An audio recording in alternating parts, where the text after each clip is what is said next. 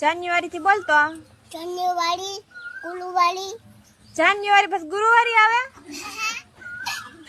ફેબ્રુઆરી, ફેબ્રુઆરી, માર્ચ, માર્ચ, એપ્રિલ, મે, મે, જૂન, જુલાઈ, જુલાઈ, ઓગસ્ટ, ઓગસ્ટ, સપ્ટેમ્બર, સપ્ટેમ્બર, ઓક્ટોબર, ઓક્ટોબર, નવેમ્બર, નવેમ્બર, ડિસેમ્બર. ડિસેમ્બર.